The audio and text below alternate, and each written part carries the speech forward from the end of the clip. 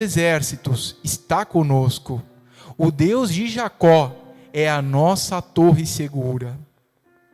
Venham, vejam as obras do Senhor, seus feitos estarrecedores na terra.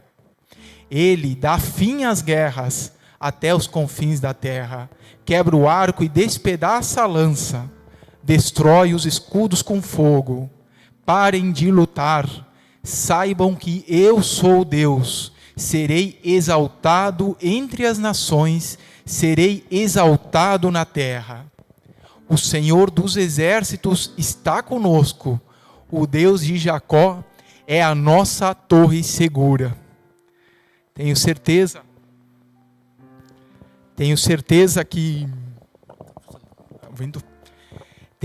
que o salmista, não foi uma coincidência ele ter repetido o versículo 7 e o versículo 11. De fato, não devemos temer. Ele é a nossa fortaleza. Meu desejo é que nessa noite essa palavra permaneça gravado no coração de cada irmão, de cada pessoa que decidiu ouvir da palavra de Deus. Te convido mais uma vez a louvarmos ao Senhor, louvarmos ao nosso Deus. Belíssimo texto da palavra de Deus.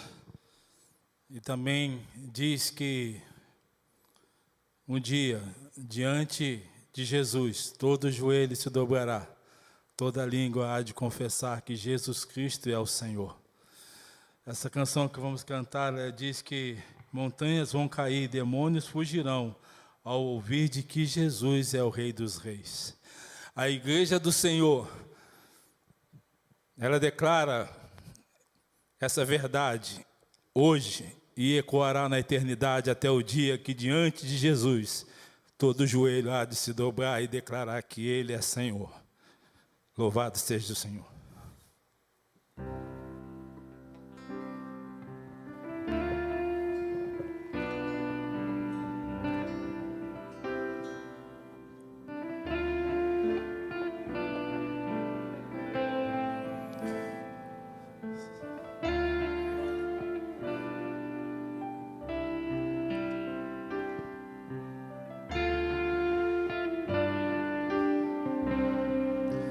Quero viver perto de ti, sei que és real e vives em mim. Quero ouvir anjos cantarem em uma só voz. Aleluia, Santo, Santo, poderoso, o grande eu sou, que é digno, não há outro. Poderoso, o grande eu sou,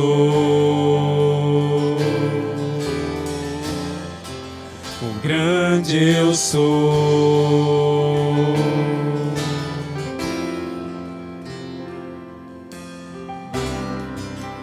Quero estar perto de ti, o mundo amar, sem nele ficar. Ver ossos secos, convido outra vez, em uma só voz, do aleluia. Santo, Santo, poderoso, grande eu sou, que é digno, não há outro. Poderoso, grande eu sou. Aleluia, Santo, Santo, poderoso, grande eu sou, que é digno,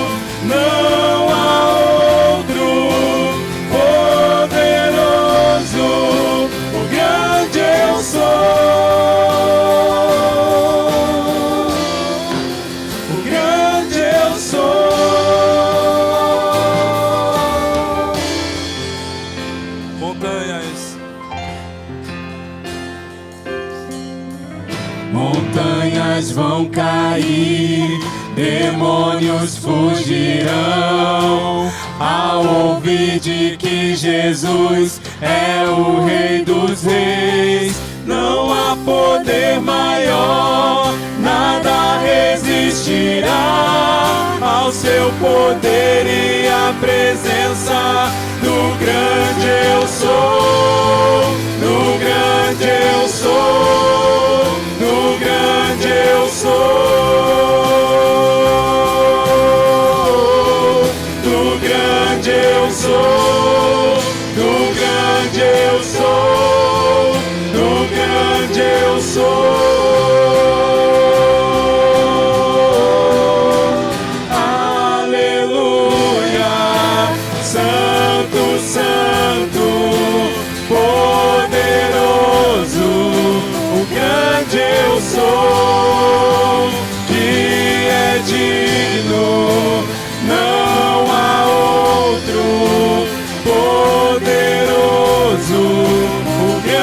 Eu sou, o grande eu sou.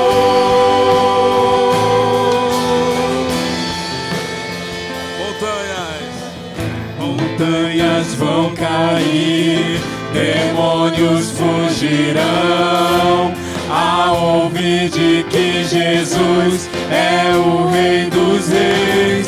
Não há poder maior, nada resistirá ao seu poder e à presença do grande eu sou, do grande eu sou, do grande eu sou, do grande eu sou, do grande eu sou, do grande eu sou.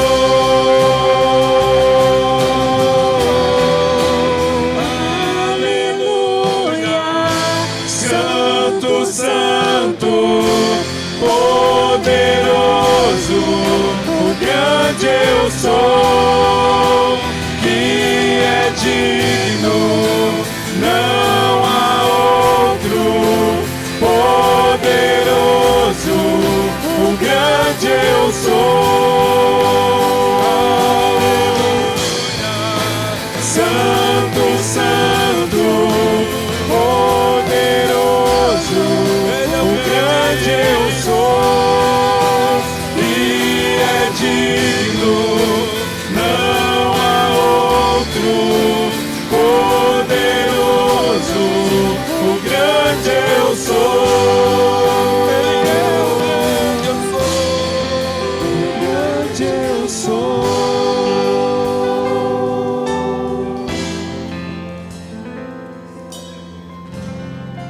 Aleluia, glória a Deus. Aleluia. Aleluia, santo, santo, todo-poderoso, o grande eu sou. Deus amado, a Ti louvamos, Pai, e a Ti clamamos, porque grande Tu és, Deus. Por isso dirigimos a Ti a nossa oração neste momento, Pai. Te suplicando, Pai, te suplicando primeiramente por salvação, Deus. Vem, Pai, com Teu poder e revela-te, Pai. Revela-te e traz o Teu Santo Espírito para que venha a convencer aqueles que ainda não Te conhecem, Deus. Que nesta noite, Pai, pessoas se acheguem a Ti. Traz, Pai, libertação, Deus, a toda pessoa que estiver cativa, Pai, de vícios, de pecados, Deus. Vem com Teu poder sobremaneira, Pai. Libertar, Deus, por favor, Pai. Sê com os nossos enfermos também, Deus. Te suplicamos, Deus. Pela Tua infinita misericórdia, Pai, derrama nessa noite a cura, Pai. Traz o alívio. Traz o alívio também, Pai, àqueles que estão com o coração enlutado, Deus. Te suplicamos pelo refrigério do Teu Santo Espírito, Deus. Ó, Pai, tem misericórdia das nossas vidas, Deus. Tem misericórdia das nossas crianças, Deus. Cuida delas, guarda-as, Pai.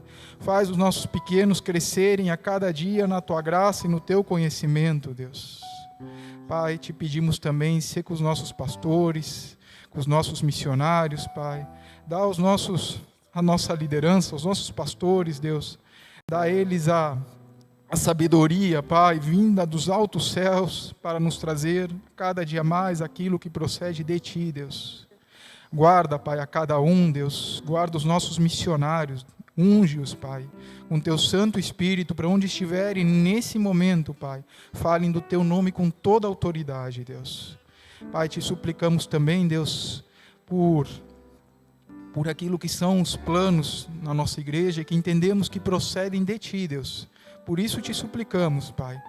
Te suplicamos pela obra do nosso elevador, Pai, que o Senhor nos dê condições de dar continuidade, também pelos projetos sociais, por tudo aquilo, Pai, que não fazemos por vontade humana, Pai, porque achamos que é bom, mas que fazemos crendo que é a direção do Teu Santo Espírito, Deus. Pai, continua, Pai, a falar aos nossos corações nessa noite, Pai. Ansiamos, Deus, e Te suplicamos pelo cumprimento da Tua vontade, dos Teus propósitos na vida de cada um de nós, Pai. Fala aos nossos corações durante a mensagem, Pai. Revela aquilo que o Senhor de antemão preparou para cada um de nós, Pai. Em nome de Jesus, amém. Te convido, meu irmão, a louvar ao Senhor novamente nessa belíssima canção, louvor, que declara que a nossa segurança está tão somente no Senhor, que não temeremos mal algum, como lemos e cantamos agora há pouco, porque sabemos que estamos guardados por Ele. Louvemos ao Senhor.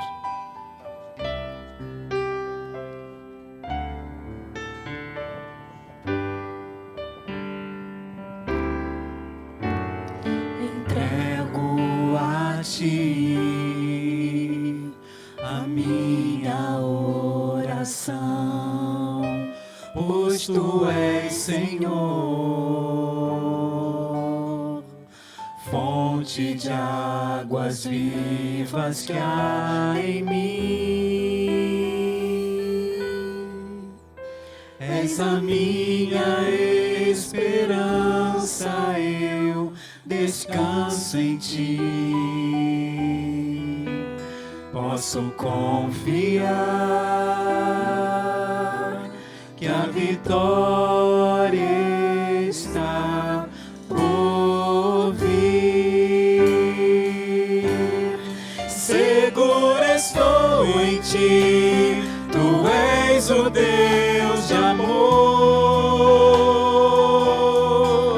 Não temerei o mal, Tu és o grande eu sou.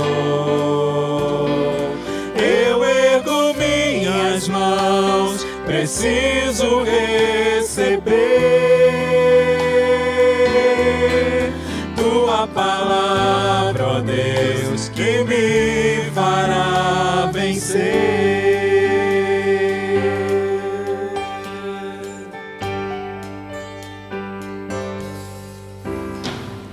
Entrego a Ti a minha oração, pois Tu és Senhor, fonte de águas vivas que há em mim. És a minha esperança, eu descanso em Ti. Posso confiar que a vitória está por vir. Seguro estou em Ti, Tu és o Deus de amor.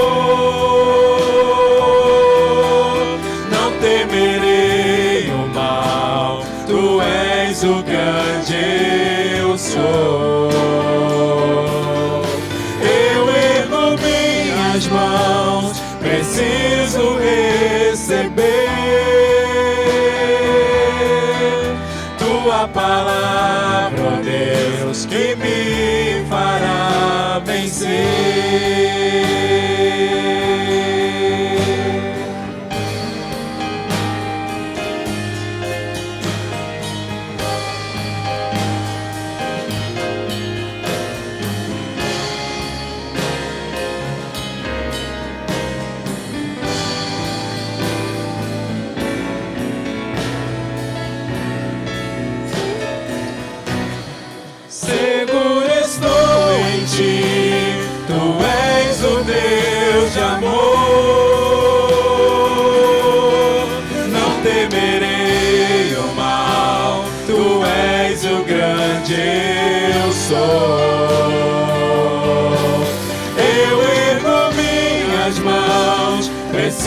preciso receber a tua palavra, ó Deus, que me fará vencer. Tua palavra, ó Deus, que me fará vencer. Tua palavra, ó Deus, que me fará vencer.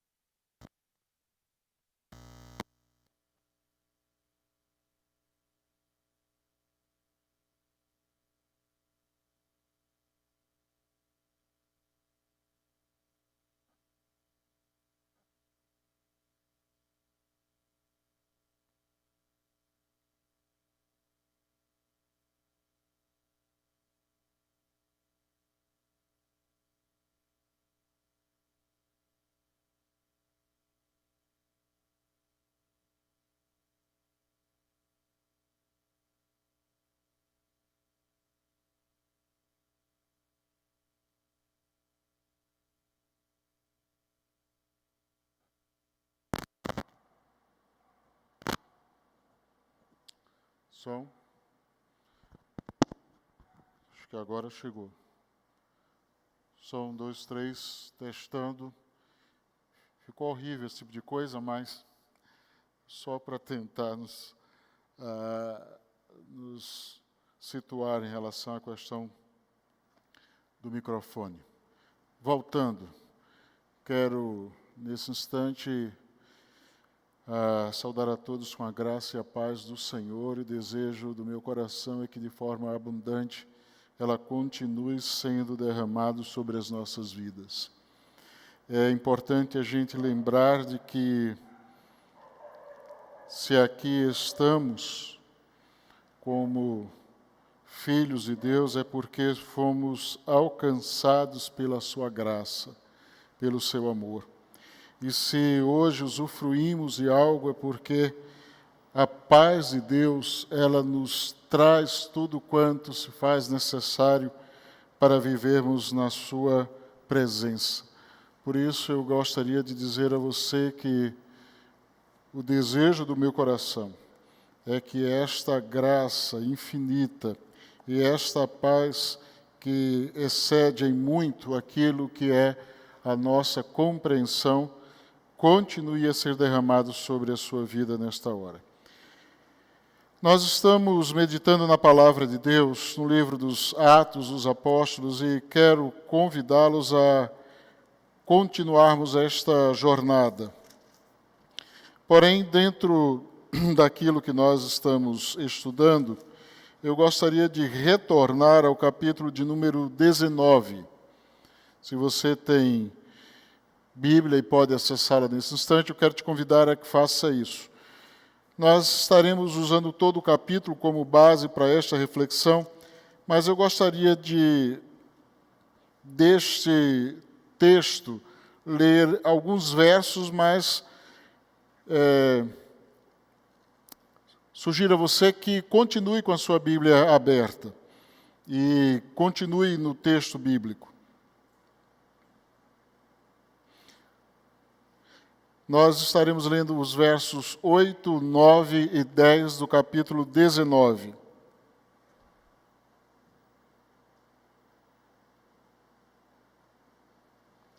E fala-nos o seguinte, a palavra de Deus.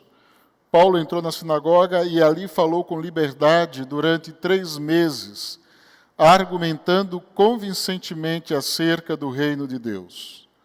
Mas alguns deles se endureceram e se recusaram a crer, e começaram a falar mal do caminho diante da multidão. Paulo, então, afastou-se deles. Tomando consigo os discípulos, passou a ensinar diariamente na escola de Tirano. Isso continuou por 2 anos, de forma que todos os judeus e os gregos que viviam na província da Ásia ouviram a palavra do Senhor. Vamos orar nesse instante? Pai amado, Deus bendito, nosso desejo é que mais uma vez a Tua palavra fale com autoridade e poder a cada um de nós. Nosso desejo é que ela seja de fato a espada de 2 gumes na mão do Teu Espírito, a ir ao mais profundo do nosso ser.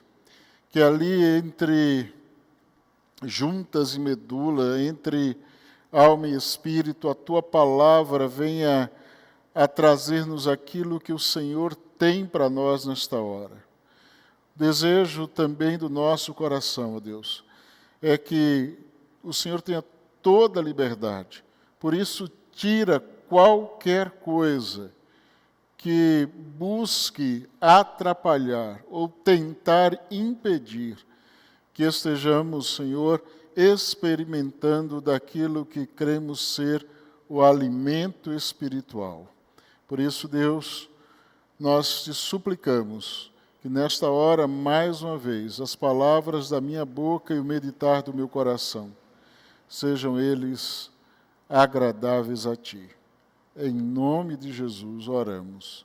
Amém.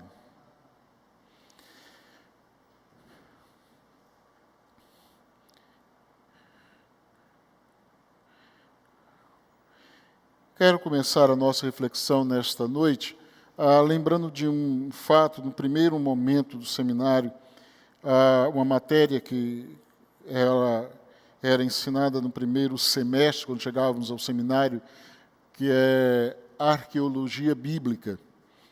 E o tema central, o conteúdo central desta matéria tem a ver com aquilo que é a formação da palavra de Deus como nós a temos hoje.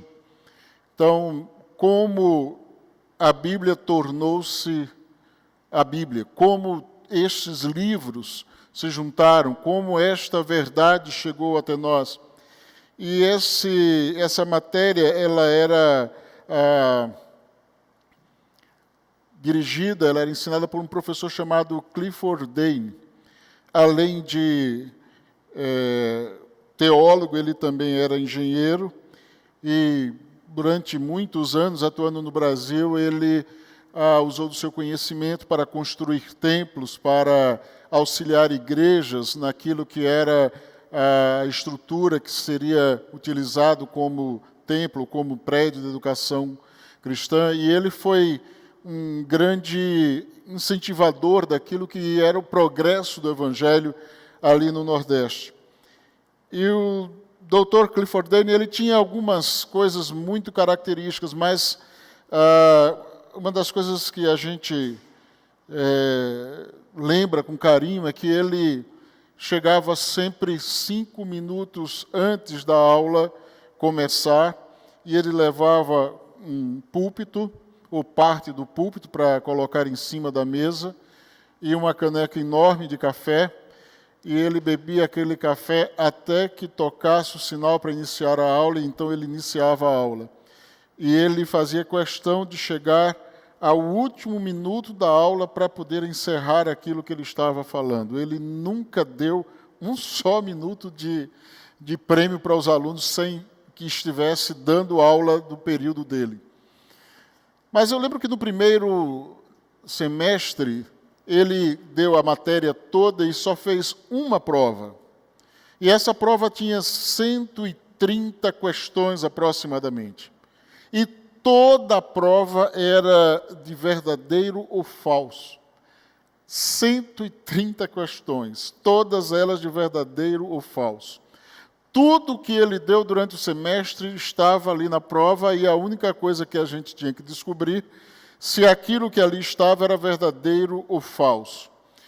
E, de fato, essa prova ficou na memória por causa das coisas que a gente teve que estudar, e a única preocupação era saber se aquilo era verdadeiro ou falso. E no momento de descontração, depois do período de aulas, a gente conversando com ele, ele disse: isso é o que faz todo teólogo, descobrir se é verdadeiro ou falso aquilo que está diante dele. Então eu queria deixar para vocês essa lembrança. Vocês vão ter que lidar com isso a vida toda, sempre com a ideia de que é verdadeiro ou falso. O que nós estamos estudando, o texto que nós temos diante de nós, ele nos coloca diante dessa realidade de verdade e mentira, de verdadeiro ou falso. O apóstolo Paulo, na sua experiência em Éfeso, ele vai lidar com isso continuamente. Desde o primeiro momento que ele chega àquela cidade, ele vai lidar com aquilo que é verdadeiro ou falso. O primeiro momento deste capítulo, dessa história, da história da igreja de Éfeso, ele chega ali e encontra alguns discípulos. E Paulo começa perguntando se eles tinham o Espírito Santo de Deus. E aí os discípulos disseram: nós nunca ouvimos falar que ele existia, como é que nós poderíamos ter? E a primeira questão que surge é: como alguém pode se considerar discípulo de Cristo e não ter o Espírito Santo? E aí Paulo, conversando com eles, chega à conclusão de que eles conheciam aquilo que era o batismo de João, mas não tinham recebido de fato a Cristo. Passado esse primeiro momento, chega ao segundo instante, onde Paulo começa a pregar na sinagoga. Enquanto ele pregava ali, surge um movimento contrário, as pessoas começam a falar mal do caminho. E é interessante de que eles estavam vivendo uma experiência religiosa, mas eles não estavam vivendo na verdade. Paulo começa convencendo-os de que eles estavam enganados, apesar de serem religiosos. E isso não só acontece aqui, mas a partir do verso de número 21, quando surge o levante contra os discípulos e a igreja, era um movimento religioso. As pessoas tinham a religião, elas defenderam com unhas e dentes o seu credo. Eles viviam para nutrir, para sustentar, para propagar aquilo que era a religião dominante naquele lugar, a adoração a Diana. Então, eles tinham a religião, eles tinham um credo, eles confiavam em algo, praticavam isso, e até com zelo, porque quando eles perceberam aquilo que era o crescimento da igreja cristã naquele lugar, eles reagiram com fúria. Eles eram zelosos da sua crença, mas eles estavam enganados. Havia também um grupo que tentou expulsar demônios em nome de Jesus, a quem Paulo pregava, acreditando que era possível libertar alguém falando da fé de outros. Esses dias, fazendo aqui um parêntese, eu ouvi uma irmã dizendo que um parente seu estava indo a um culto, que lá o pessoal tinha muita fé ao ponto de emprestar a outros. Então, se alguém não tivesse fé, podia ir lá, que ele emprestava da sua fé a você, que estava mais ou menos na confiança em Deus, e aí você seguia adiante com o milagre que você veio buscar. Mas eles achavam que poderiam ter uma fé de tabela, de segunda, que eles poderiam acreditar ou fazer uso de algo que outros acreditavam, que era possível crer a partir da fé que outros tinham em alguém. E isso é uma outra forma de engano. É algo mentiroso.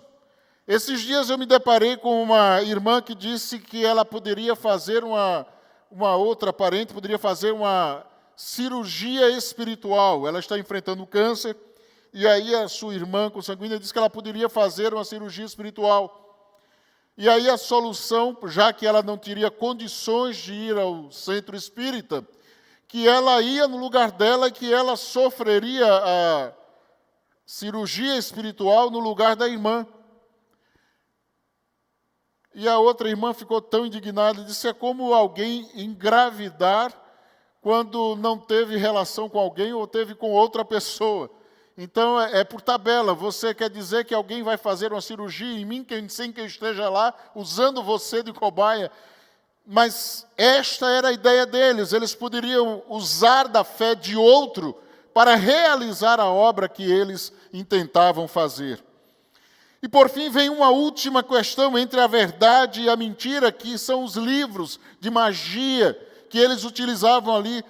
Esta cidade era dominada pela mentira, por um tipo de horóscopo que tinham cartas que liam o futuro, por determinadas cartas que alguém escrevia dizendo que ouviam vozes e que davam a outras pessoas, e ali você poderia seguir aqueles ditames ou aqueles ditados que foram entregues, e a sua vida haveria de melhorar, ou você haveria de ser curado, ou você teria uma vida de progresso. Todas estas coisas demonstravam claramente que haveria de se fazer uma escolha. E a escolha era entre a verdade do Evangelho e a mentira de tudo aquilo que ali estava. Paulo, ele se deparou com essa realidade, a realidade da mentira diante daquilo que era a verdade que ele pregava, o Evangelho. E o interessante é que nós vivemos esta mesma experiência hoje. Nós somos confrontados todos os dias com o engano, com a mentira, daquilo que Satanás fala, prega e utiliza, e a verdade do Evangelho. Nós hoje continuamos vivendo essa mesma necessidade de escolhermos, de sabermos o que vamos fazer e que caminho tomar, se o da verdade ou da mentira. Qual escolha que nós vamos fazer diante disso? E aí eu gostaria de destacar exatamente esta realidade do texto. E para isso eu quero deixar claro algumas coisas. O que acontece aqui é uma verdadeira e grandiosa batalha. Paulo, quando fala sobre aquilo que era realidade em Éfeso, ele diz que aqueles irmãos estavam vivendo um tempo de guerra, de batalha espiritual. E era alguma coisa que tentava controlar, dominar. E ele falava de principados, de potestades, ele falava de espíritos dominadores. E ele dizia: olha, estas coisas estão agindo e vocês precisam combater tudo isso. Mas a verdade é que a grande batalha, ou a grande luta, ela não acontece longe de nós, como alguma coisa distante. Porque quando alguém diz que no reino espiritual, a gente acha que é alguma coisa que está anos-luz de distância da gente. A grande guerra espiritual, ela acontece na nossa mente. A grande batalha que surge é na nossa mente, no nosso coração, na nossa maneira de pensar. O desejo de Satanás é exatamente esse, de controlar a nossa mente, de tentar dominar aquilo que nós pensamos, porque assim sendo, ele vai determinar aquilo que é o continuar da nossa vida. É interessante quando o apóstolo Paulo, lá em Corinto, ele falando sobre isso, ele vai usar uma expressão, e eu quero ler para o irmão na segunda carta, que ele escreve àqueles que estavam em Corinto, no capítulo de número 4, a partir do verso de número 1, ele vai dizer o seguinte: portanto, visto que temos este ministério pela misericórdia que nos foi dada, não desanimamos, antes renunciamos aos procedimentos secretos e vergonhosos. Não usamos de engano, nem torcemos a palavra de Deus. Ao contrário, mediante a clara exposição da palavra, recomendando-nos a consciência de todos diante de Deus. Mas se o nosso evangelho está encoberto, para os que estão perecendo é que está encoberto. E aí ele diz no verso 4, o Deus desta era cegou o entendimento. A outra versão, chamada Perjaxian, que ele usa a expressão cegou a mente, para que não vejam a luz do Evangelho da glória de Cristo, que é a imagem de Deus. O que ele está dizendo de forma muito clara é de que o diabo ele vai atacar a nossa mente para que a gente não perceba aquilo que é a verdade do Evangelho. Além do mais, esse embate, essa guerra, ela se dá por duas coisas que denominam, que afirmam a palavra de Deus na pessoa de Jesus. Jesus ele vai dizer de modo muito claro o que ele é. Não é o que os outros dizem ao seu respeito, mas o que ele diz sobre si mesmo. João 14, verso 6. Jesus vai falar o seguinte: eu sou o caminho, a verdade, e é bom que a gente preste atenção nesse artigo definido. Ele diz que é a verdade, não é uma verdade. Ele diz, olha, eu sou a verdade e a vida, ninguém vem ao Pai a não ser por mim. E o interessante é que ele também fala sobre aquilo que é a ação de Satanás. E ele vai falar exatamente o seguinte sobre o diabo. No capítulo de número 8, ele vai dizer aquilo que, a bem da verdade, Satanás é. E ele vai dizer o seguinte, verso de número 44. Vocês pertencem ao pai de vocês, o diabo, e querem realizar o desejo dele. Ele foi homicida desde o princípio e não se apegou à verdade, pois não há verdade nele. Quando mente, fala da sua própria língua, pois é mentiroso e pai da mentira. O que acontece aqui é que nós temos uma guerra. O que Paulo enfrentou em Éfeso é aquilo que nós enfrentamos dia a dia. É a guerra entre a verdade e a mentira. Entre aquilo que é verdadeiro e aquilo que é enganoso. E é isso que estava acontecendo, o que acontece e os meios que ele utiliza para isso. E eu gostaria de destacar aqui os meios que, nesse texto, nós encontramos como instrumentos ou artimanha de Satanás para levá-los ao engano, ao engodo, à mentira e à destruição. A primeira coisa que a gente percebe que é possível Satanás utilizar aquilo que é parte da verdade para nos deixar longe de toda a verdade. É interessante isso, o diabo ele é perito em usar parte da verdade. Ou deixar que as pessoas se contentem com parte da verdade. Não a verdade toda, mas uma parte dela.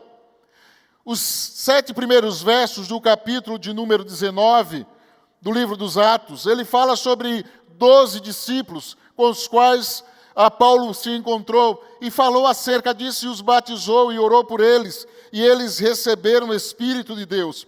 E o interessante aqui é que eles não conheciam toda a verdade. Eles tinham apenas uma parte da verdade. Eles conheciam o batismo do arrependimento. Mas eles ainda não criam naquilo que era a mensagem salvadora. Ou seja, eles sabiam que estavam perdidos. Mas eles não criam no Salvador. Eles sabiam daquilo que eles estavam fazendo que contrariava a Deus. Mas eles não sabiam ainda que eles poderiam receber o perdão para os seus pecados. E aí a gente vai ver isso falado pelo próprio Jesus lá em Marcos, no capítulo 1. Jesus iniciando ali o seu ministério em Cafarnaum, ele vai pregar. E naquele momento que ele inicia a sua mensagem, que ele inicia o seu ministério, ele vai dizer o seguinte, Marcos capítulo 1, verso 14. Depois que João foi preso, Jesus foi para a Galileia, proclamando as boas novas de Deus. E ele dizia, o tempo é chegado, dizia ele, o reino de Deus está próximo. Arrependam-se e creiam nas boas novas. O arrependimento é necessário, mas crer nas boas novas ou crer no Evangelho também. Eles tinham conhecimento de parte da verdade. Eles não conheciam toda a verdade. Nós não seremos salvos porque sabemos que somos pecadores. Nós seremos salvos quando sabemos quem é o nosso Salvador. Um dos grandes equívocos que o diabo semeia no coração das pessoas é trazê-las à ideia da condenação, à ideia daquilo que é a culpa, o peso pelo pecado, e aquilo lhe causa medo, lhe causa dor, sofrimento, levam-os a afastar-se de tudo aquilo que é a oportunidade de salvação. Mas eu quero dizer para você que saber-se pecador, entender-se perdido, não lhe torna um salvo. É preciso que você creia em Jesus. É fundamental a fé em Jesus Cristo.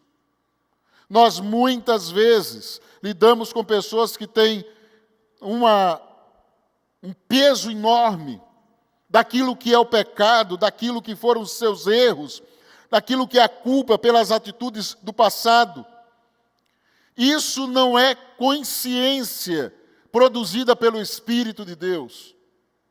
Isso tem a ver com a acusação, com aquilo que é a ação de Satanás. Porque como acusador, ele vai manter a pessoa na escravidão, na cegueira espiritual, no medo. O que Deus quer, e foi aquilo que Paulo levou aqueles homens, é que você saiba que Jesus ele veio para salvar você, que a morte dele na cruz do pecado purifica você de todos os seus pecados, limpa você de toda a culpa, tira você de toda a iniquidade e dá a você a oportunidade de viver para sempre na presença dele. Ele rasga toda a divisão, tira toda a separação e faz de você um só com ele. Era isso que o apóstolo Paulo estava dizendo, olha, parte da verdade não serve, porque quem sabe parte da verdade continua vivendo na mentira. Quem sabe parcialmente sobre a verdade continua vivendo na ignorância. Quem conhece parcialmente não conhece. E aí ele vai dizer, olha, é preciso saber tudo. Eu quero que vocês conheçam todas as coisas. E no final, quando ele sai de Éfeso, saindo de Éfeso melhor, Paulo vai dizer, olha, eu vos ensinei todas as coisas. Não deixei nada sem que você soubesse. E o interessante é que quando isso acontece, isso cumpre-se naquilo que é a promessa de Jesus feita aos discípulos acerca daquilo que é a experiência do Espírito Santo. E ele vai dizer o seguinte, capítulo número 16 do Evangelho de João, verso de número 13. E ele diz, mas quando o Espírito da verdade vier, ele os guiará a toda a verdade. Capítulo de número 13 de João 16. Mas quando o Espírito da verdade vier, ele os guiará a toda a verdade.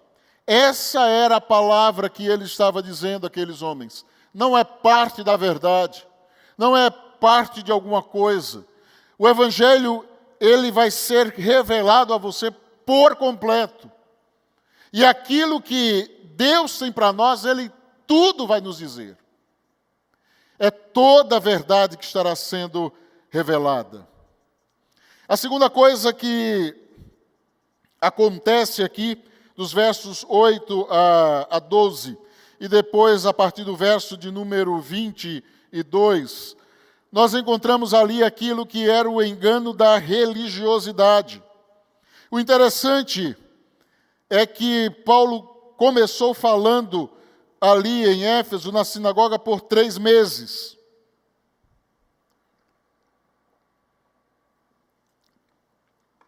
E o texto vai dizer que ele falou ali com liberdade. Ele tinha todo o direito de falar. Deram a ele a oportunidade que ele pregasse tranquilamente. Mas quando o evangelho começa a incomodar, quando a verdade começa a tocar aquelas vidas, eles então reagem, começam a falar mal do caminho, começam a produzir entrave com aquilo que era a presença de Paulo e daqueles que haviam se convertido ali, e eles precisam sair daquele lugar. Se existe uma arma usada por Satanás para deixar as pessoas no obscurantismo, na mentira, no engano, chama-se religiosidade. Ele sabe que as pessoas podem se contentar com alguma coisa. Eles podem sentir-se mais ou menos satisfeitos. E eu quero dizer para você que essa ideia, ela é satânica, porque ela tenta nos deixar em uma situação completamente diferente daquela que Deus quer para nós. E o maior inimigo que a gente encontra do melhor de Deus não é o pior, mas é o bom. O diabo, ele tenta dizer para nós que você pode ter uma vida boa. Não é preciso que você tenha a melhor vida. Você pode ter uma vida boa. Como já disse alguém, que você, tendo uma religião, se você tem mais de 40 anos, se você tem uma religião, você certamente vai viver uma vida saudável. Creio que foi Jung que disse isso, um dos pais da psicanálise. Então, a ideia de que se você tem uma religião, você pode viver uma vida boa. Uma vida tranquila, uma vida tida como saudável, equilibrada. Mas a palavra de Deus, ela não nos deixa esta possibilidade. Ela vai contrariar isso dizendo o seguinte: quando a gente vai, por exemplo, ao Apocalipse, ali nós encontramos uma igreja chamada Laodiceia. E essa igreja de Laodiceia, ela entendia-se como a melhor de todas. E aí o seguinte que Jesus vai deixar para ela como palavra a partir do verso 14 do capítulo 3 de Apocalipse. E ele vai dizer: estas são as palavras do Amém, a testemunha fiel e verdadeiro, soberano da criação de Deus. Conheça as suas obras. Sei que você não é frio nem quente.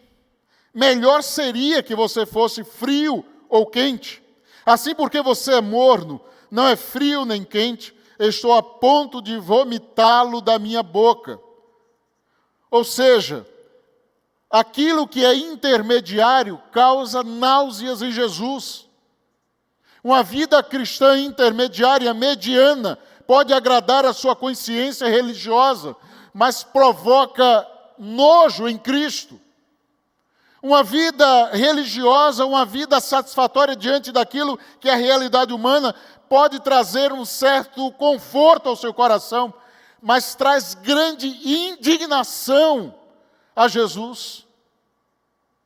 Tanto é que o autor da carta aos Hebreus diz: como escaparemos nós se negligenciarmos tão grande salvação? Ou seja, diante daquilo que é a promessa da oferta da salvação, daquilo que é a obra salvífica de Jesus, não existe meio termo. Não existe uma situação intermediária. Não existe uma situação que você possa dizer ou considerar razoável. Ou é tudo ou é nada. Jesus chega a dizer claramente: olha, quem comigo não ajunta, espalha. Quem não é por mim é contra mim.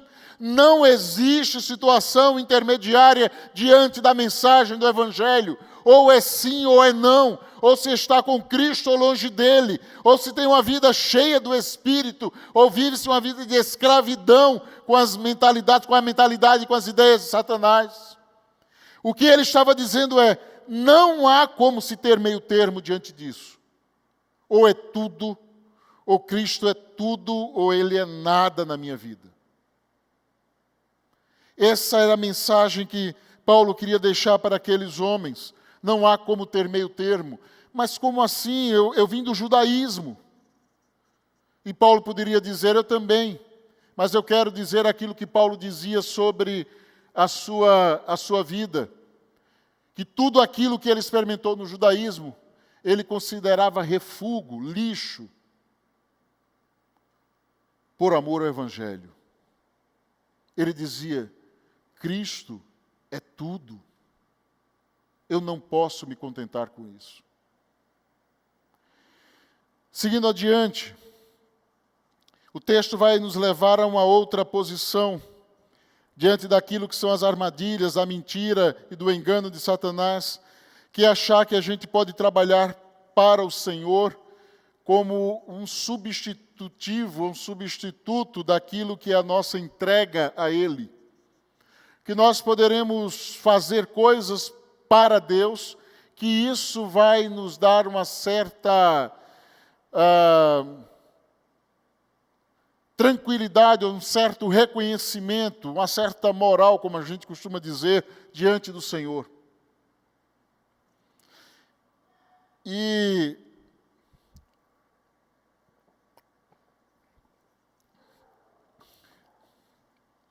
isso se dá a partir do verso de número 13, quando alguns judeus ambulantes que levavam pelos lugares a mensagem do judaísmo e tinham práticas de exorcismo também, usaram ou tentaram utilizar o nome de Jesus a quem Paulo pregava. E diz o texto que eles foram surrados por alguém que estava endemoniado. E que os demônios falaram com ele, dizendo, olha, eu conheço, sei quem é Jesus, conheço a Paulo, mas quem são vocês? E aí saltou sobre eles, e eles fogem despidos. É importante a gente saber que fazer coisas para Deus não substitui aquilo que é a necessidade da nossa entrega ao Senhor. Ações religiosas não vão nos tirar da condenação eterna. Existiu um grande pregador no século passado, e Dr. Smith, ele foi durante muitos anos pastor de uma das maiores igrejas do mundo, chamada Igreja do Povo, em Toronto. E ele escreveu um livro, e esse livro ele contava uma história de uma senhora que havia falecido, e que, quando abriu os olhos, ela estava na porta do céu, e ali estava São Pedro com um livro enorme, e ela estava numa fila para descobrir se o nome dela estava escrito ou não naquele livro, que era o livro da vida. E aí ela ia seguindo em direção àquele livro e chegou a sua vez, ela toda animada e feliz. E aí o apóstolo Pedro perguntou a ela qual era o nome dela, ela deu o nome, o apóstolo olhou para cá, para lá, para cá, viu de um livro, uma página por outra e disse, olha, eu não encontrei o seu nome. E aí ela disse, como assim? Eu sou cristã desde criancinha. Está aí o meu nome. E aí o apóstolo, mais uma vez, procurou o livro para cima e para baixo, leu e disse, sinto muito, mas o seu nome não está aqui. E aí ela disse, eu fui líder de adolescente, líder de jovem. Eu participei do coral da igreja. Eu fui líder das senhoras. Eu fui dirigente do culto de oração. Como assim o meu nome não está aí? O que foi que eu fiz? E aí diz que que o Pedro olhou para ela e disse: o problema não foi o que a senhora fez, o problema foi o que a senhora não fez. A senhora não entregou a sua vida a Jesus. Eu imagino que ela deve ter acordado desse sonho tremendamente assustada e teve uma oração de entrega de vida a Jesus quase que imediata e repentina. Eu quero dizer a você que o seu serviço não muda a sua condição diante de Deus. Não vai alterar em nada aquilo que Deus pensa sobre você. Eu quero deixar aqui dois trechos da Bíblia que falam disso de forma tão clara. Primeiro, Mateus capítulo 7, versos 21 e 22. Eu vou ler na chamada versão VFL, o Perjachian. E ele diz o seguinte, Jesus falando: nem todo que me diz Senhor, Senhor, entrará no reino de Deus, mas somente aquele que faz a vontade de meu Pai que está no céu. Quando aquele dia chegar, falando do último dia, muitas pessoas me dirão: Senhor, Senhor, não foi em seu nome que nós profetizamos? Também não foi em seu nome que expulsamos demônios? Não foi em seu nome ainda que fizemos muitos milagres? E aí Jesus completa esse texto, dizendo algo tremendo e maravilhoso que nos deveria levar, que deve nos levar a uma profunda reflexão.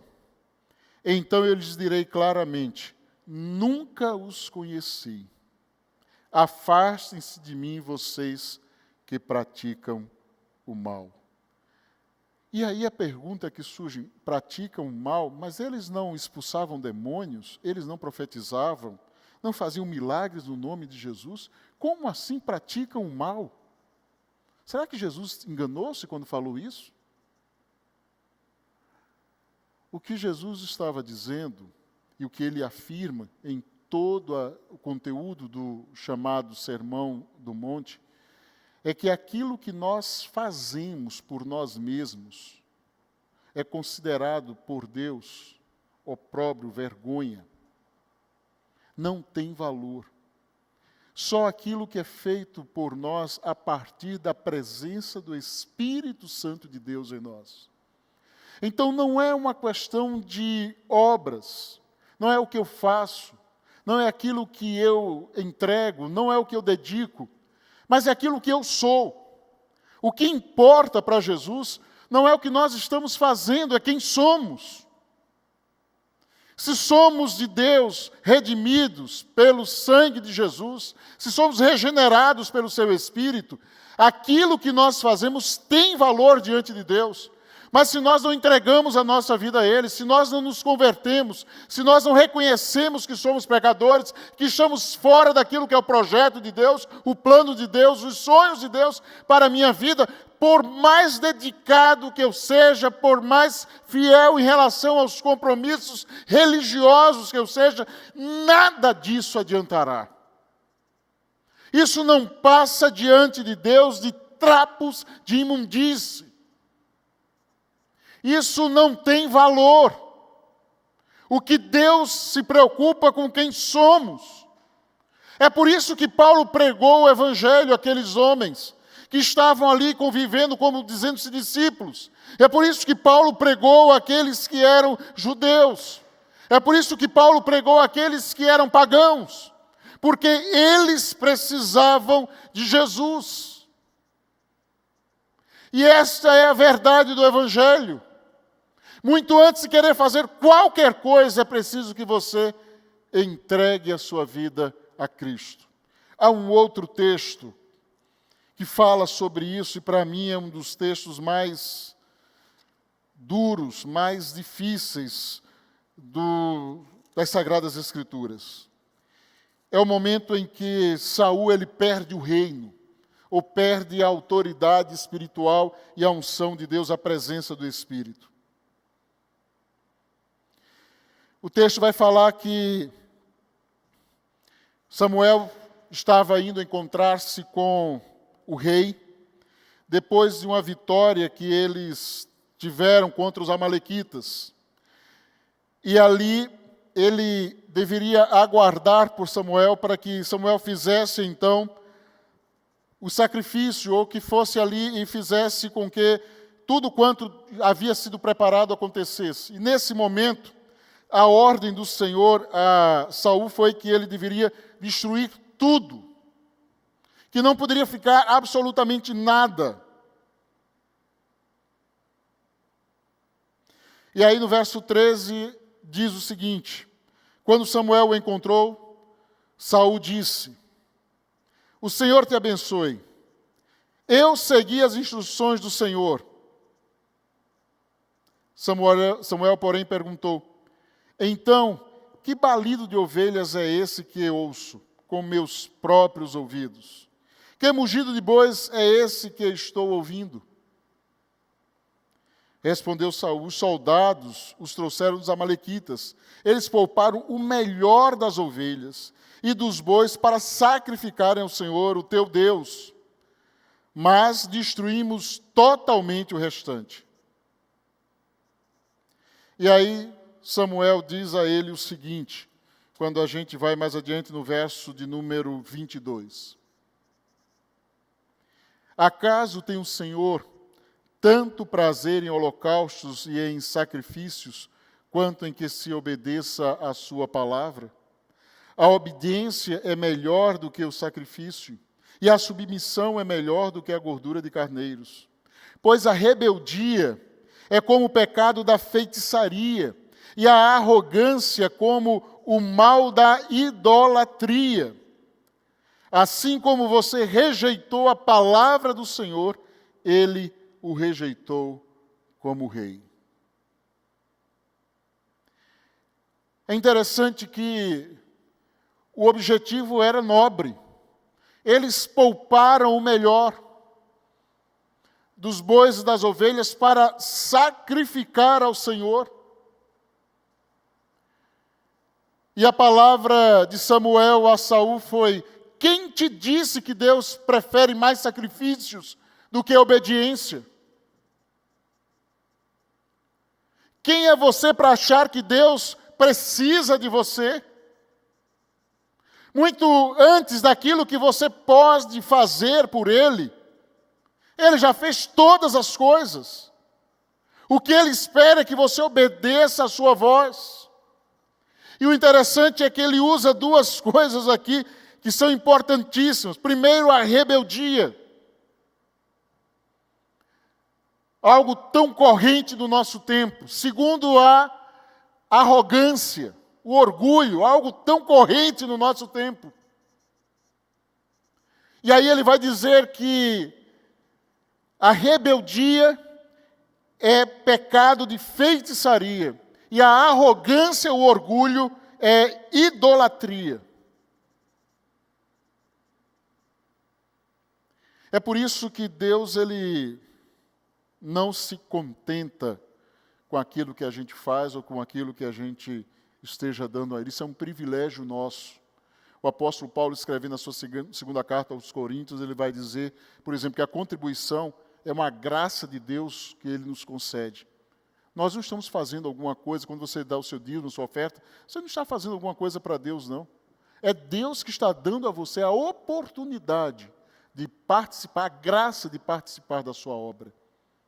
Quando você serve, é graça de Deus em seu favor. É uma oportunidade, um ato da graça dele, de nos fazer cooperadores do seu reino. Porque o que Deus espera de nós é obediência à sua palavra. Quando em vez eu me deparo com um irmão que, eu não sei se irmão, não sou eu capaz de julgar isso, mas com a seguinte pergunta: pastor, o que é que o senhor acha de eu jogar na loteria, ganhar um dinheiro aí? Eu prometo que eu dou o dízimo. Como se Deus precisasse de dinheiro da loteria para fazer alguma coisa. Hoje eu estava com a minha esposa numa casa lotérica pagando uma conta, E aí, quando eu terminei de pagar a conta, a mulher do caixa disse: e aí, vai fazer um bolão? Eu tenho uma mente de gordo. Eu fiz uma cirurgia bariátrica, então a mente de gordo ela nunca vai sair de nós, ela sempre fica conosco. Então, quando ela falou bolão, eu entendi bolão, um bolo grande. Eu pensei em comida. Na hora veio a minha mente a comida. Realmente, eu acho que eu não lembro às vezes que eu fui a uma lotérica para pagar conta. Eu faço isso normalmente eletronicamente, mas aquela hora eu precisava fazer ali na lotérica. E aí eu pensei no bolão. E eu fiquei olhando para ela sem saber do que ela estava falando direito, e ela olhando para mim. Olha, hoje acumulou, são 10 milhões. Aí que eu entendi que ela estava falando da loteria, de fazer aposta, né? Eu disse, é muito dinheiro, 10 milhões. Eu acho que se eu tivesse dinheiro todinho, eu vou me corromper. Eu não quero, não. Acho que vai me fazer mal esse dinheiro. Desculpa, mas eu não vou querer. Eu sou uma pessoa tão boazinha que se eu botar dinheiro na minha mão, eu sei que eu vou fazer muita coisa ruim. Então, eu não vou querer os seus 10 milhões. Muito obrigado, eu vou passar. Eu tenho comigo uma certeza, eu nunca faço apostas, eu não participo de sorteio, eu sou radical quanto a isso. Eu acredito que aquilo que eu preciso e necessito, Deus me dará. E Ele haverá de fazer tudo quanto chegar a mim, tudo quanto se faz necessário para a minha vida. Mas eu quero dizer a você que nada que provém do pecado ajuda o reino de Deus. Nada que provém do engano e da mentira vai abençoar a sua vida. Não há nada que Satanás faça que possa lhe fazer bem. João vai dizer que ele veio, vai dizer lá em João capítulo 10, que ele veio para matar, roubar e destruir. Não existe coisa boa que vem de Satanás. É preciso que a gente entenda, de uma vez por todas, que o que Deus espera de nós é obediência. Ele não quer espetáculos, Ele não quer movimentos psicodélicos em nome dEle. Ele quer que nós sejamos obedientes à sua voz. É isso que Ele deseja de nós. E aí, quando a gente chega ao final, Ele vai dizer que é possível viver uma vida com Cristo de forma parcial. Os versos 18 a 21 é o momento em que todos os que se converteram queimam em praça pública aquilo que é o valor somado dos livros. Aquilo seria algo em torno de 150 anos de trabalho, de um bom salário de alguém. Aquilo tudo foi queimado em praça pública. E aí a gente pode pensar assim, né? Não seria interessante vender isso? Quem sabe levantar um dinheiro aí, fazer um bazar. E que bazar não deveria ser isso, né? O bazar do quinto dos infernos, só coisa que não presta. Então só tinha livro de magia negra, né? Devia ser a própria sucursal do inferno na terra. E olha que bazar do cão era esse. Então tudo que não prestava ia ter nesse bazar. Então a gente fazia um bazar aqui, que levantava esse dinheiro, e aí ia ajudar o apóstolo Paulo, as suas viagens missionárias, quem sabe as igrejas, os outros missionários. Não existe meio termo no Evangelho. Não existe acordo entre a luz e as trevas. Não existe meio cristianismo. Ou se é de Jesus ou não. Ou se está com Ele ou se está longe dEle. O que Paulo estava deixando claro para todos aqueles que ali com Ele conviveram é a mensagem do Evangelho. Ela requer de nós uma entrega completa e total de vida. É tudo no altar do Senhor. Tudo no altar do Senhor. Não é uma parte, não é um momento, não é as nossas virtudes, as nossas boas ações. É uma entrega completa, total e restrita ao Senhor. É isso que Ele espera de nós. É um caminho sem volta. não pode ser só uma parte ou um momento. É tudo, tudo tem que estar no altar do Senhor. E aí eu quero, concluindo esse momento, deixar algumas coisas que eu entendo como fundamentais para vivermos a verdade e fugirmos do engano e da mentira. E é bom que a gente saiba que todos os dias nós somos tentados pela mentira, por nos desviarmos da verdade e sermos conduzidos à mentira. Todos os dias isso vai acontecer. Todos os dias existe uma cilada de Satanás querendo nos afastar da verdade para vivermos no engano e na mentira. E como a gente combate isso? A primeira coisa que a gente vai encontrar está no verso de número 9 do capítulo 19 e depois o verso número 31. No capítulo 9, 19, ele vai dizer: mas alguns deles se endureceram e se recusaram a crer e começaram a falar mal do caminho diante da multidão. Paulo, então, afastou-se deles. Tomando consigo os discípulos, passou a ensinar diariamente na escola de Tirano. Quando a gente vai mais adiante em Atos 20, verso 31, quando ele está se despedindo da igreja em Éfeso, ele vai dizer: por isso vigiem, lembrem-se de que durante 3 anos jamais cessei de advertir cada um de vocês disso, noite e dia, com lágrimas. Ou seja, se queremos viver de fato na verdade, é preciso uma vida contínua na presença de Deus. Não dá para a gente viver um dia e outro não. Não dá para a gente ter uma vida com o Senhor dia sim, outro dia não. Não dá para a gente viver uma vida de final de semana. Nós precisamos entender a necessidade de continuamente estarmos na presença de Deus. É interessante a gente perceber algo que acontece hoje no mundo. Existe um país onde é tido como, em termos populacionais, a maior concentração de evangélicos cristãos do mundo, que é a Coreia do Sul. Ela estava completamente destruída no final da década de 50. Em torno de 35, 40 anos, ela se tornou uma grande potência econômica, educacional, tecnológica. E neste período, o que de mais forte aconteceu foi uma transformação religiosa na história daquele povo. A igreja hoje com mais de 1 milhão de membros. E eles têm as práticas mais,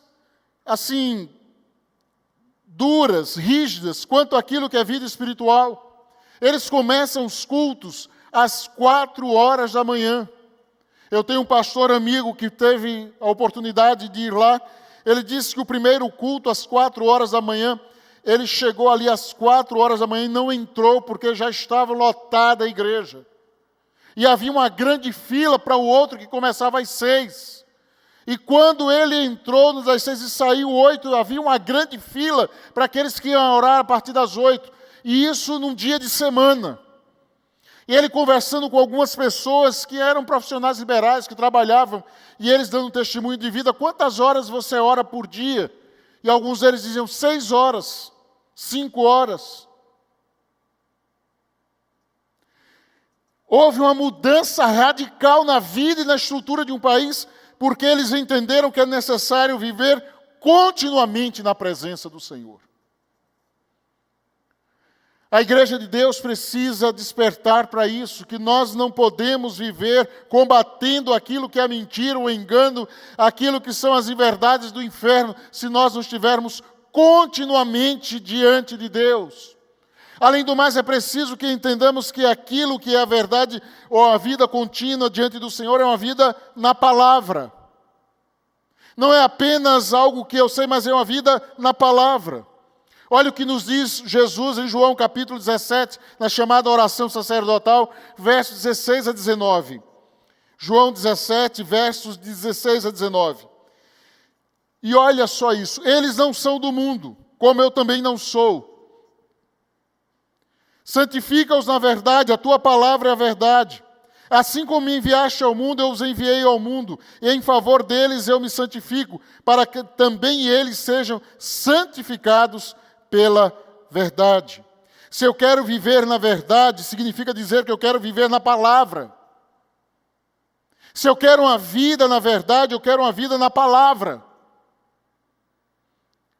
E é interessante que para viver no mundo e enfrentar o mundo, é preciso uma vida na palavra.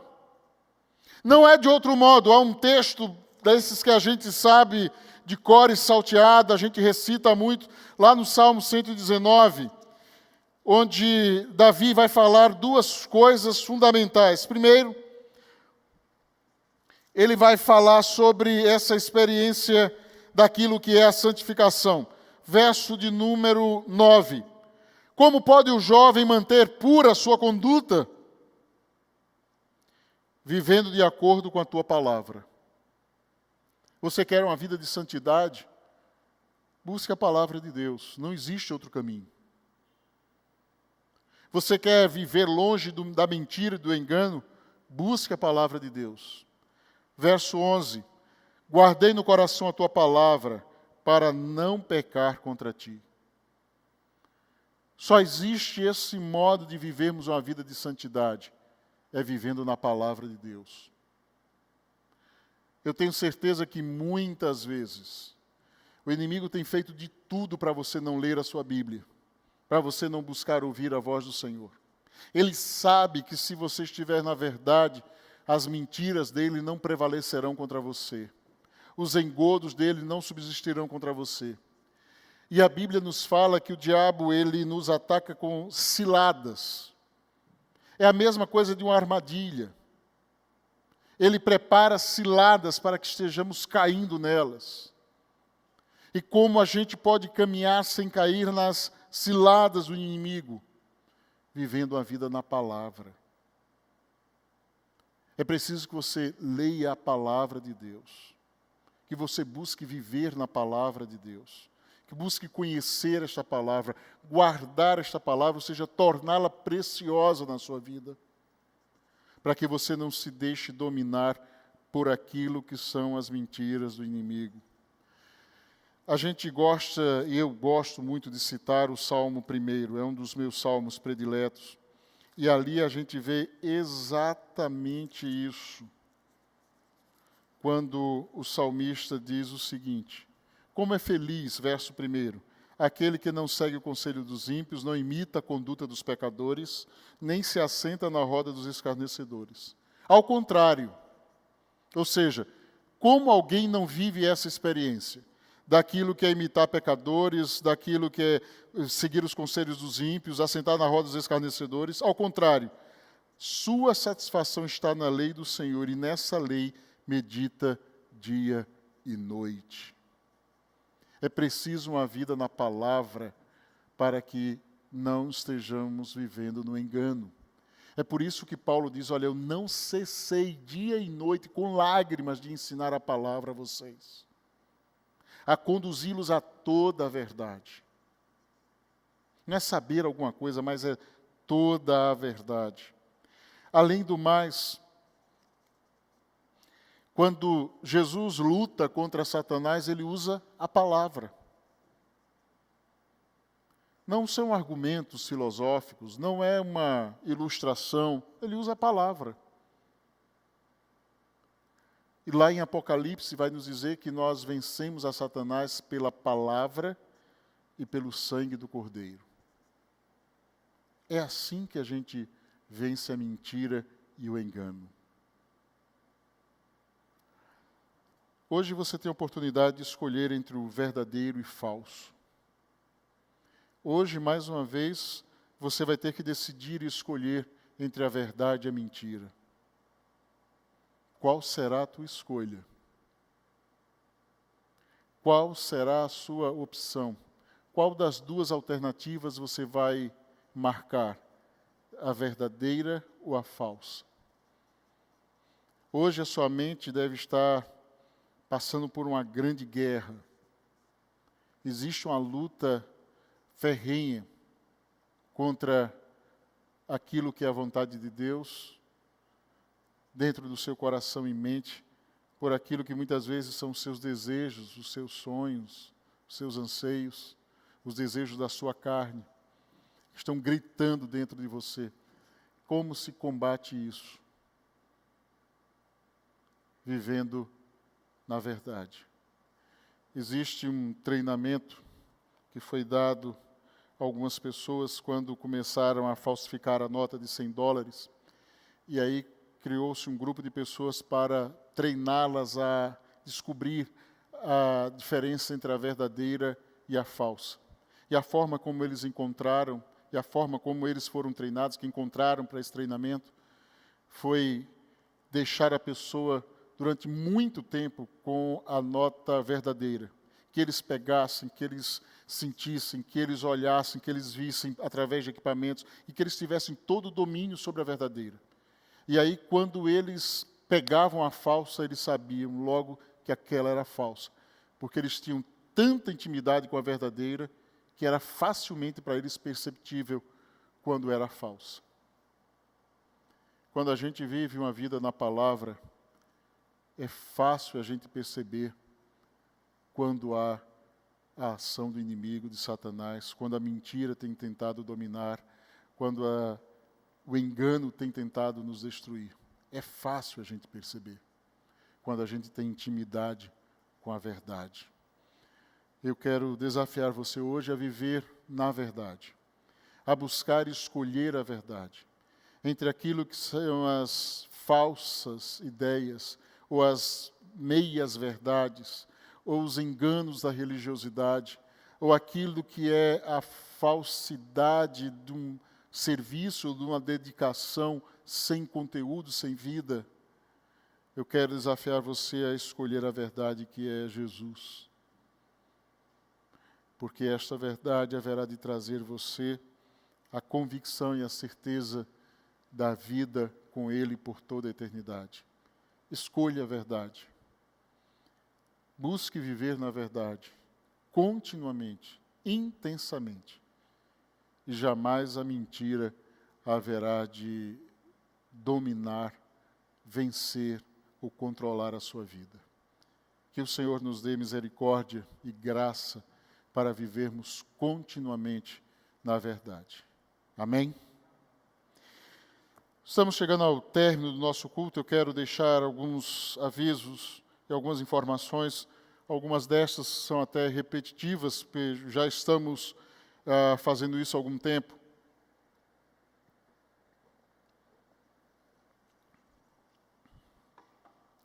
Mas eu queria deixar primeiro, para você que nos assiste, se você deseja contribuir com a igreja, entregar o seu dízimo, a sua oferta, você pode fazer isso eletronicamente, através da internet, virtualmente. Aí vai ter a conta, o CNPJ da igreja, o banco.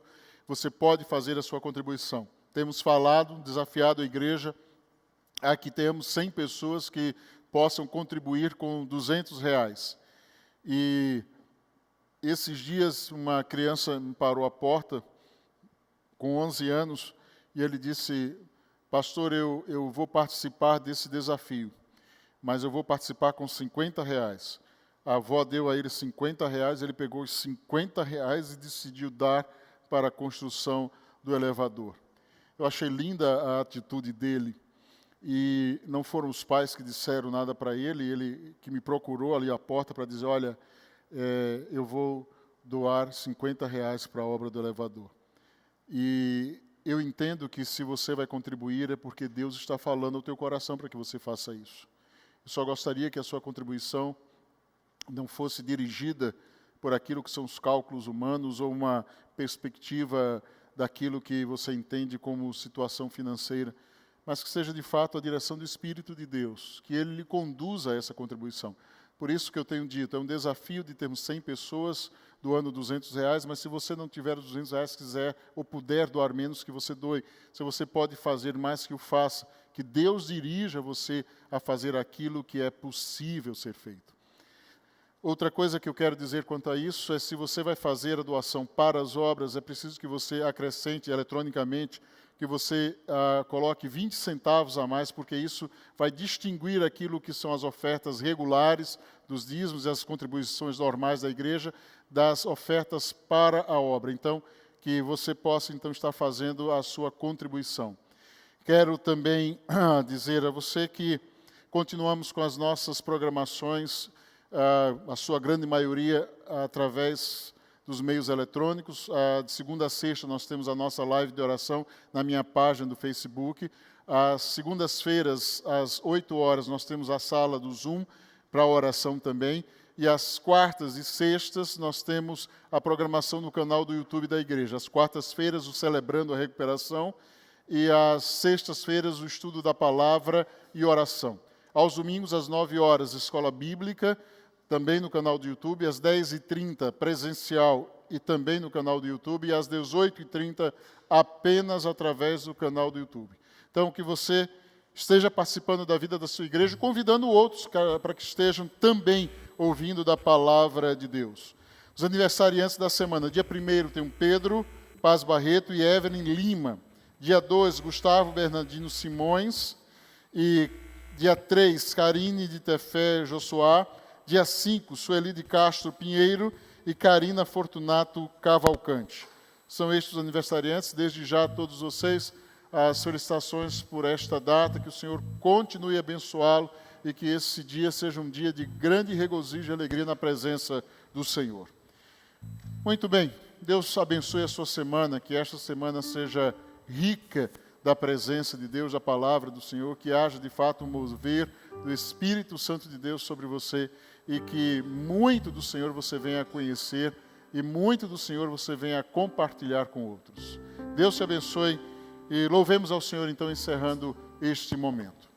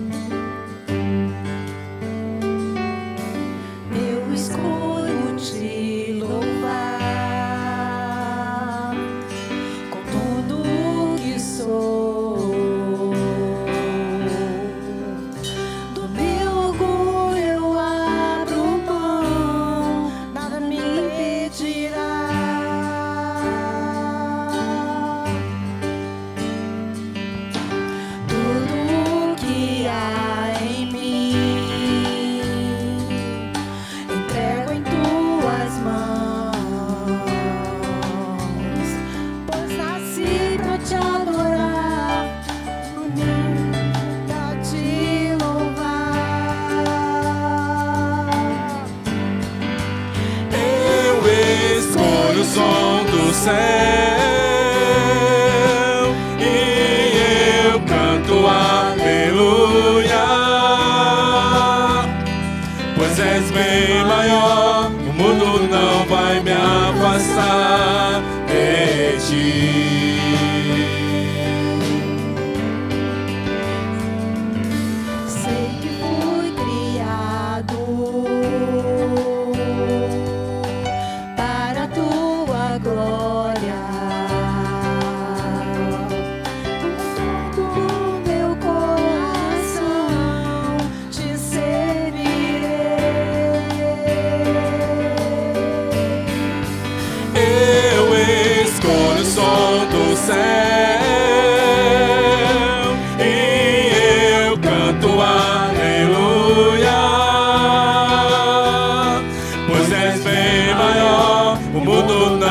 Me afastar de ti.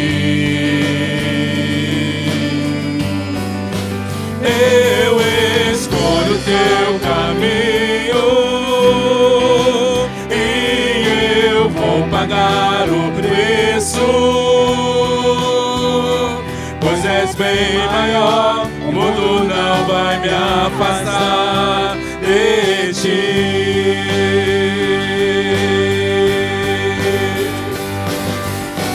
Dá-me um coração consagrado a ti.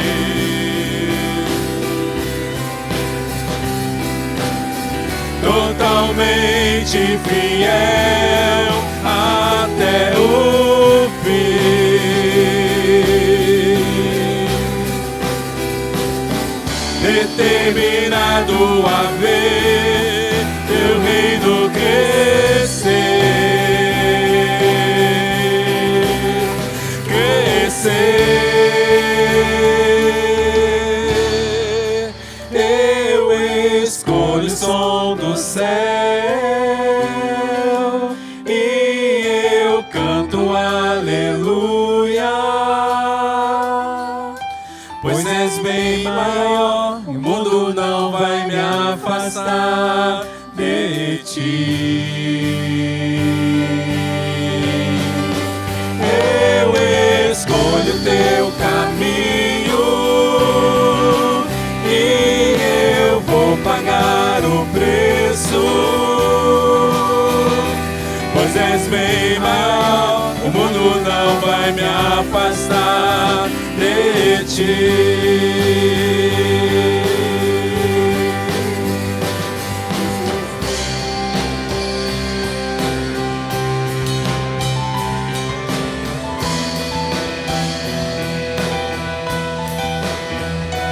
Pois és bem maior, o mundo não vai me afastar de ti.